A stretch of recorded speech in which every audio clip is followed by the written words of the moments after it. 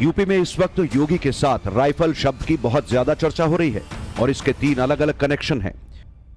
योगी राज में पुलिस की राइफल अपराधियों पर कहर बनकर टूट रही है। असॉल्ट राइफल थामकर मुख्यमंत्री योगी आदित्यनाथ सेना का मान बढ़ा रहे हैं और राइफल क्लब पहुंचकर सीएम योगी शूटिंग को बढ़ावा दे रहे हैं।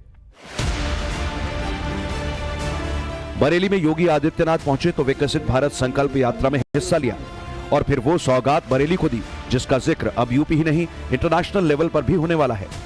मुख्यमंत्री योगी आदित्यनाथ ने बरेली में 3,405 करोड़ की 170 विकास परियोजनाओं का लोकार्पण किया। इनमें एक सौगात राइफल क्लब का भी है। इस कॉम्प्लेक्स में राइफल्स की आवाजें गूंजेंगी, लेकिन निशाने पर होगा गोल्ड मेडल। दरअसल सीएम योगी का मकसद इस राइफल शूटिंग क्लब के जरिए इंटरनेशनल लेवल की निशानेबाजी को बढ़ावा देना है। योगी का फोकस जितना यूपी के विकास पर है उतना ही ध्यान है यूपी की पहचान पर। इसीलिए स्मार्ट सिटी परियोजना के तहत राइफल क्लब का निर्माण कराया गया।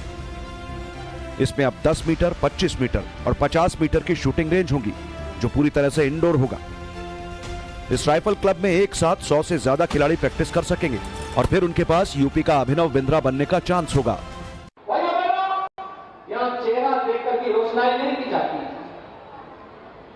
अगर विकास गाजियाबाद और नोएडा में होगा, वाराणसी और गोरखपुर में होगा, प्रयागराज और लखनऊ में होगा, तो बरेली को उस विकास से कोई वंचित नहीं कर सकता है। योगी राज में शूटिंग की आवाज बहुत लाउड होती है, मगर अब राइफल की आवाज भी उसी तरह धमक जमाने वाली है। इसलिए राइफल क्लब पर 4 करोड़ 23 लाख रुपए खर्च कर दिए। जर्मन राइफल, पिस्टल और ओपन साइड एयर राइफल की सुविधा इस राइफल क्लब में दी जाएगी। प्रैक्टिस में किसी तरह की दिक्कत ना हो इसलिए किसी भी जिले के प्लेयर यहां पहुंच सकेंगे। इसके लिए हर महीने महज 500 रुपए ही रजिस्ट्रेशन के तौर पर लिए जाएंगे और बाकी सुविधाएं यूपी सरकार की होंगी। पहले तो ऐसा होता था, यूपी के जितने भी खिलाड़ी होते थे वो अदर स्टेट से खेलना पसंद करते थे क्योंकि उनकी सरकार उनको बहुत ज़्यादा सपोर्ट करती थी। पर जब से हम लोगों के लिए ये भर्ती निकली है और जो भी खिलाड़ियों को प्रोत्साहन मिल रहा है, उससे अदर स्टेट के जितने प्लेयर हैं वो भी चाहते हैं कि हम लोग यूपी से खेलें, यूपी में भर्ती प्राप्त करें, क्योंकि इस समय यूपी में खिलाड़ियों की जो स्थिति है बहुत ज़्यादा बेहतर हो गई है पहले से। तो ग्राउंड हमारा बहुत अच्छा हो जाए, नाइट प्रैक्टिस भी हो पाए इस ग्राउंड में, और सर इक्विपमेंट रखने की जगह दी जाए और थोड़ी बहुत इक्विपमेंट में भी हमारी हेल्प की जाए। योगी जानते हैं कि उन्होंने ऐसा टास्क लिया है जो बहुत मुश्किल है, मगर योगी की डिक्शनरी में डिलीवरी शब्द को जगह मिलती है, असंभव को नहीं। 2020 के टोक्यो ओलंपिक में यूपी के 10 खिलाड़ियों ने हिस्सा लिया था, जिसमें सौरभ चौधरी और मेराज अहमद शूटिंग से ही थे। 2024 के ओलंपिक में यूपी के 2 शूटर्स का नाम फाइनल हो गया है। योगी चाहते हैं यूपी में इस तरह का माहौल और शूटिंग रेंज मिले कि खिलाड़ियों का हौसला बढ़े और फिर पदक पर निशाना लगाए। इसीलिए अब टारगेट यूपी के दूसरे शूटिंग रेंज के कायाकल्प का है। माना जा रहा है कि बरेली के राइफल क्लब की तर्ज पर यूपी के करीब 50 शूटिंग रेंज का विकास किया जाएगा और इससे योगी ऐसी लकीर खींचेंगे जिससे निशाना साधना बेहद आसान हो जाएगा। बरेली, बदायूं, शाहजहांपुर और पीलीभीत यहाँ की उन अनंत संभावनाओं को न केवल यहाँ की खुशहाली के लिए बल्कि प्रदेश की समृद्धि के लिए हम आगे बढ़ाने में माननीय जनप्रतिनिधियों की मदद से सफल होंगे। और इसी दृष्टि से आज यहाँ का मैंने निरीक्षण भी किया है। जनसभा में उन योजनाओं का, कुछ योजनाओं का लोकार्पण और शिलान्यास भी किया है और कुछ अभी परियोजनाओं का हम अभी अवलोकन करने भी निकल रहे हैं। अब सवाल यह है कि आखिर योगी ने राइफल क्लब के डेवलपमेंट का संकल्प क्यों लिया, तो इसके लिए आपको इन तस्वीरों को देखना चाहिए। श्री मोहम्मद शामी। यूपी के क्रिकेटर मोहम्मद शमी को अर्जुन अवार्ड से सम्मानित किया तो इन तस्वीरों को देखकर योगी बहुत गदगद हुए और ट्वीट कर उन्हें यूपी का गौरव बता दिया। सुश्री पारुल चौधरी। इसी तरह पारुल चौधरी को भी अर्जुन पुरस्कार मिला तो सीएम योगी ने उन्हें यूपी का मान बढ़ाने वाली बेटी बताकर तारीफ की। योगी के सोशल मीडिया प्लेटफॉर्म की टाइमलाइन पर अगर यूपी के विकास की बात है तो माफिया के खात्मे का जिक्र है, राम मंदिर के निर्माण का संकल्प है तो राम राज्य के विजन का खाका है। मगर पिछले कुछ टाइम से अब योगी खेलों को लेकर बहुत एक्टिव हो गए हैं। इसके लिए वो हर संभव कदम भी उठा रहे हैं और इसमें बदलाव भी दिख रहा है।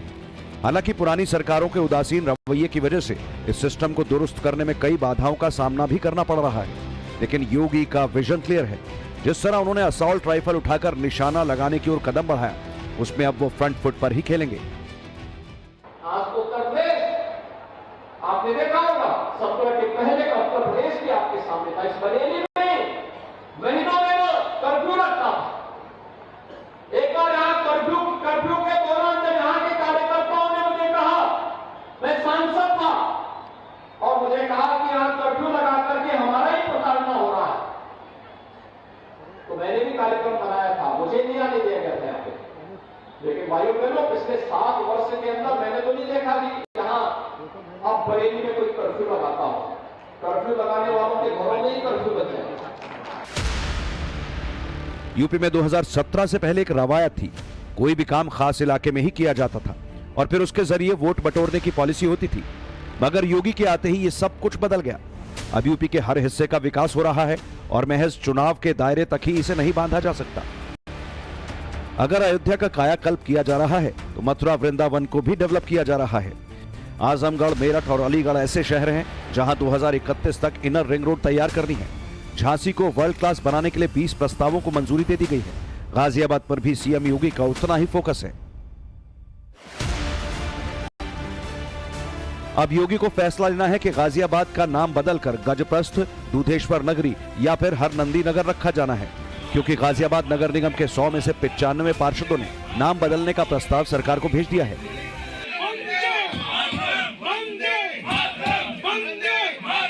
तो सबकी भावनाओं को देखते हुए हमने एक प्रस्ताव रखा कि शासन को चला जाएगा, सरकार को चला जाएगा, और ऊपर से अगर बदलना चाहें तो अपनी इच्छा से बदल सकते हैं। कुछ नाम यहाँ से भी प्रस्तावित हुए, दूधेश्वर नगरी या हरनंदी और या गजप्रस्थ। और आगे मैं आपको बताऊंगा भारत के किस बादशाह की पाकिस्तान में बड़ी चर्चा हो रही है।